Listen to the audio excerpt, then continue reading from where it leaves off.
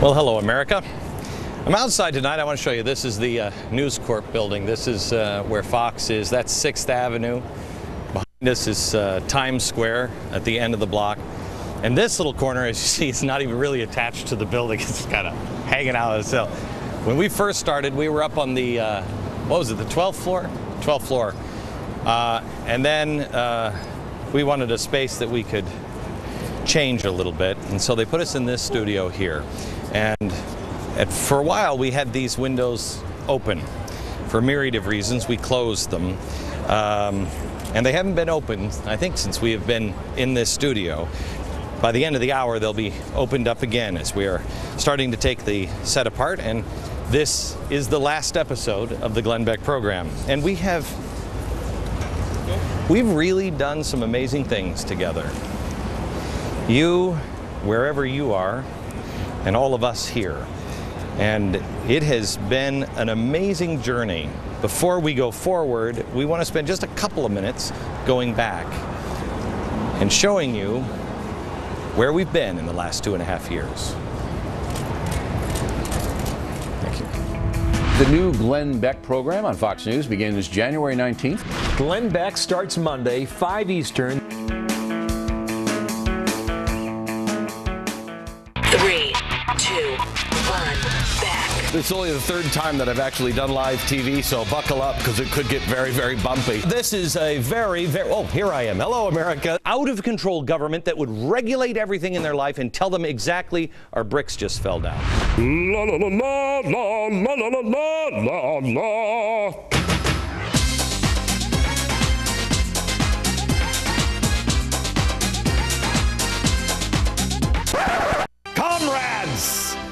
Comrades, there is good news from the Western Front. This is the dumbest damn show on air. Somebody's having a birthday tomorrow. I have so much manufactured anger in me. Anita, call me.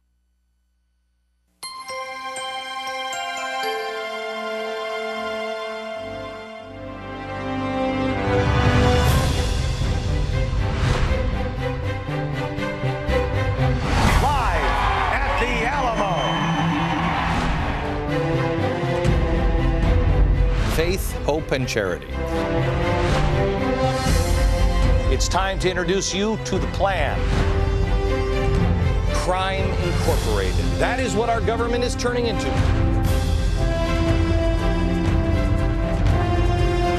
This is a 4-step program that I've asked you to do.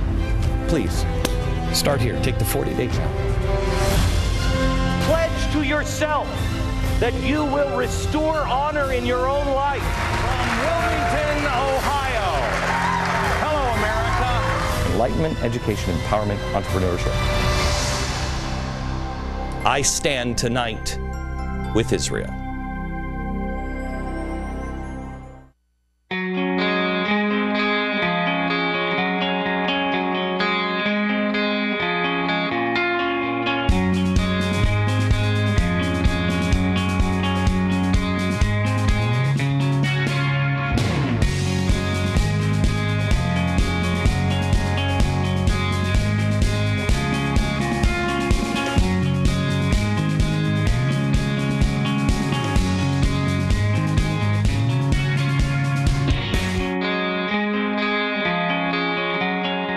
America is not a circus. America is an idea. It's an idea that man can rule himself. The truth is, they don't surround us.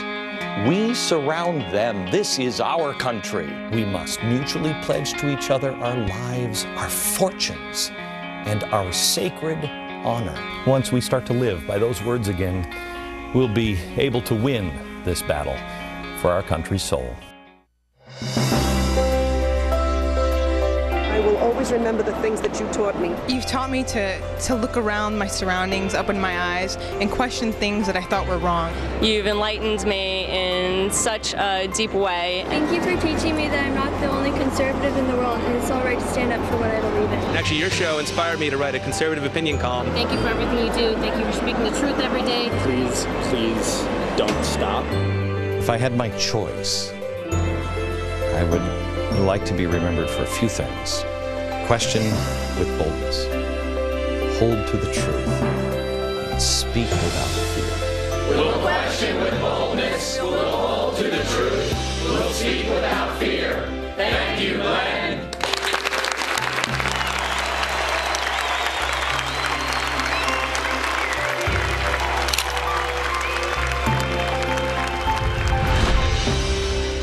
It was on this spot right here that we started the 9/12 project. Promises made, promises kept.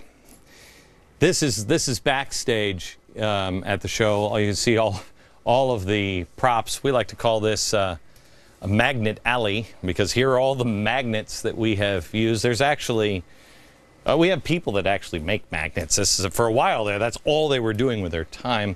Magnets over here, magnets on all of the doors. These are just cartons of chalk. We buy chalk by the case.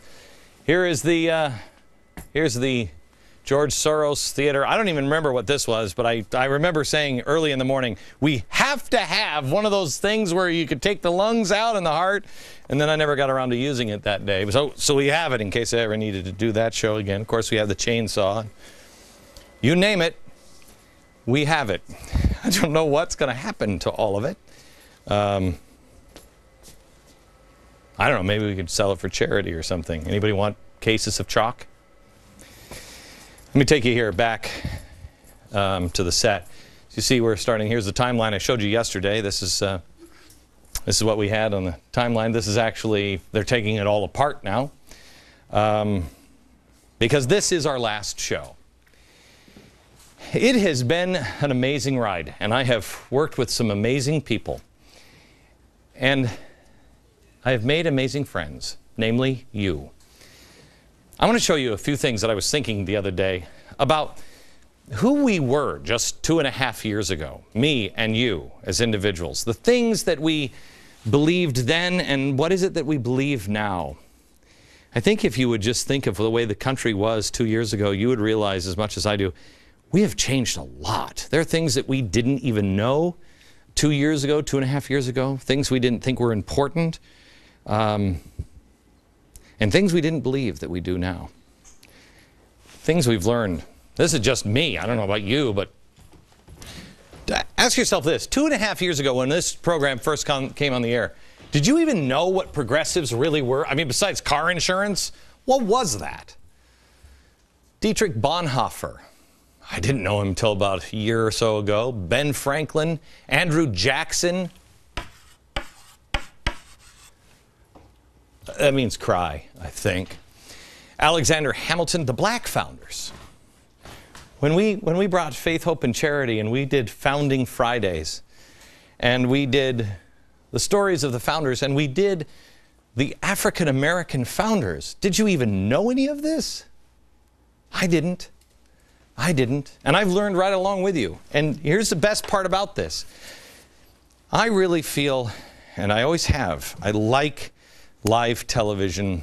I don't like to be taped because I can almost feel you at times. I can feel a connection when it's live. I know when you're saying, yes! And history has played such a huge role. You and I have done a lot together, and we've learned a lot together. And you've taught me a lot. I want to show you two pieces of something that just came in to me today from a viewer. This is a report of the Committee on Fascism. This is an original copy of when Congress was trying to figure out, okay, this Mussolini thing, Hitler, what are they doing exactly? What is it? I have viewers and listeners sending me things from all over the country because they know we can use it to teach people things. And also they know that we'll preserve it. Telling history. We have taught things and learned things together that we never knew. Things that have been erased, things that other people in the guilds, they didn't think were important. This is actually from 1939. here in America. Hitler's Mein Kampf and the Present War. This was something that was written to warn of the impending cataclysm of the world. People wouldn't pay attention. And so somebody put this together. Now, part of this is, the different parts of what's going on in Germany. But this I love because there was a rumor going around that Hitler was a Christian, and so that's going to be great. And this author took the document of the Official Guide for Education of the Hitler Youth and said, there's 50 points that they're supposed to be teaching their children here in the Hitler Youth, and he's not a Christian. And here are some of them. Have you ever heard this before? 1. Hitler Youth being taught Christianity is a religion for slaves and fools. Christianity and communism are identical. Christianity does not differentiate between white people and Negroes. The New Testament is a Jewish lie written by 4 evangelicals. There is no Christian culture. Christianity has spoiled the German people because it taught them ideas such as adultery and theft, which they had never known before. Christianity is only a substitute cover for Judaism and invented by Jews in Rome. Jesus was a Jew. How did Christ die? Whining on the cross. How did Planeta die? This is the guy who murdered the chancellor. How did he die? Saying Heil Hitler. That's what was being taught. And this was a warning in 1939 to the American people. Thank you for sending it. Think how many people you've just taught. We've learned a lot together, an awful lot. We learned about the Fabian window and Fabian socialism. Did you even really know about that? We learned about Margaret Sanger. I mean, I know what I learned in school, but that ain't what the truth is. Founder of Planned Parenthood, wanted to kill African Americans through abortions. She's celebrated today. The road to serfdom. Social justice, a phrase that is so dangerous because it can be used for good. But when you know the history behind social justice, you better investigate, especially because it's being used in churches. They've also hijacked the word even further to include environmental justice, reproductive justice, and economic justice. We learned about the other NRA, the recovery program from FDR, and how they used bullying and intimidation. We showed the history of unions and their roots in communism. We showed you the coming insurrection 2 years ago. We said, hey, that there's going to be problems in Greece. Nobody paid attention. Now look at it. We told you about the Black Flag anarchists. There's one story I have not told yet that I've been trying to get on. Tiffany, how long have I been trying to tell the story of the Statue of Liberty? I'd say for just about 29 months. That's about 29 months. There's a great story on the first real terrorist attack in America right around the turn of the century that will boggle your mind. I will get to it, just not tonight. I'm out of time here. But you have to hear it. We learned about Acorn. You're informed on the caliphate. This information has allowed us to look at everything in a whole different way. It has allowed us to look and have some perspective. To believe that, yeah, things are possible. Things are indeed true, that there are some people who want to harm the United States. It explains why we keep on piling debt. We showed you that this debt clock, only way out of this is real trouble now. And maybe it's hyperinflation, maybe. We showed you that that can happen. We asked you to prepare. We showed you the Great Depression of 1920. How many people even know that? And how it was turned around, and it can be done again if we learn from history. We showed you the Hindenburg omen, the Kondratyov wave, the Overton window. We showed you how there's something tragedy and hope. The tragedy is war. And the hope, they said in the 1960s, was that we've tied the world's economy together to have mutually assured destruction without a nuclear weapon. It would be done through debt, and it would be done through collapsing economies. We showed you all of these things and how it tied together, how it feeds on one another. But I didn't do it as just an exercise. I always hated philosophy because I love philosophy as long as it's not Well, we only call a wheel because we call it a wheel. Oh, shut up. What difference does that make? We try to teach you things to help. Not you. I'm not doing it because I'm some great... I'm a dad too. I want my country to be around. And what we've been trying to tell you lately, in the last year, is that you are the answer. And that we must have faith, hope, and charity in our hearts.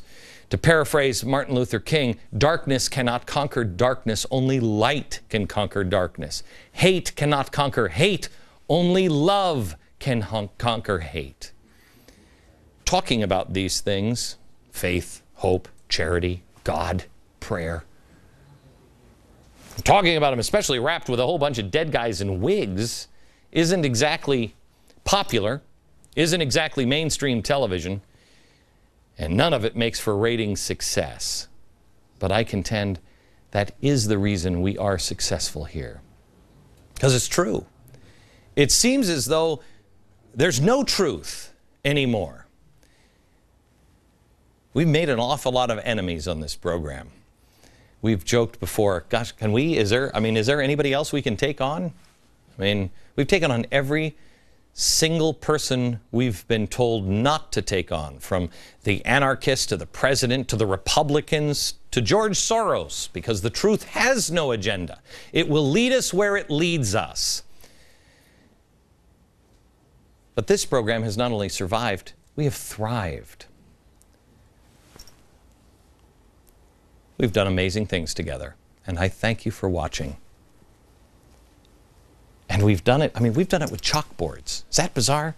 Look at the things that we have done that are so ridiculous. The chalkboard. Who would have thought this chalkboard would be, CNN, come on, CNN is doing like holographic hookers and stuff. We're using a chalkboard. I said last night, I feel like I always have chalk on my clothes. We're the show that had the red phone. I don't know of anybody who has ever looked anybody in the eye and said, "Oh, really? You calling me a liar? Here's the phone number. Call me." And sent them the phone number. They never called. Of course, we're the only show where I've cried more than shows about babies. I mean, the baby's crying. I think we've eaten more food on television than most shows on the Food Network. And we've also proved, more than anything else, that conservatives can read, and they like to read. We've made books like The 7 Events That Made America, The Federalist Papers, The Real Thomas Jefferson, The Wives of the Signers, George Washington's Sacred Fire, The 5,000-Year Leap, The Road to Serfdom. Road to Serfdom sold more when we talked about it in this program than it usually sells in a year. It was printed in what, 1946? And speaking of words, staggeringly long monologues. I'll never forget, when I first went on the other network, I first got into this business 5 years ago. They told me, you can't talk for more than 45 seconds. You can't. You've got to change the screen. You've got to do something. You can't do that. I think we got up to 6 or 7 minutes over at that other network because they were just spooked. They were just like, no, they're dumb. One of the competitors on this show, if you want to call him that, is Jon Stewart, I guess. I just want to give you some idea. When we first came here, on our very first show, I did a monologue that was 7.5 minutes long. I remember the first 18-minute monologue we did, and everybody freaked out. We now do typical 21-minute monologues to open the show. Our first monologue was 1,000 words. Today, they're 2,500 words. That's the first 21 minutes of this show. Give you some perspective. Jon Stewart does 6 minutes.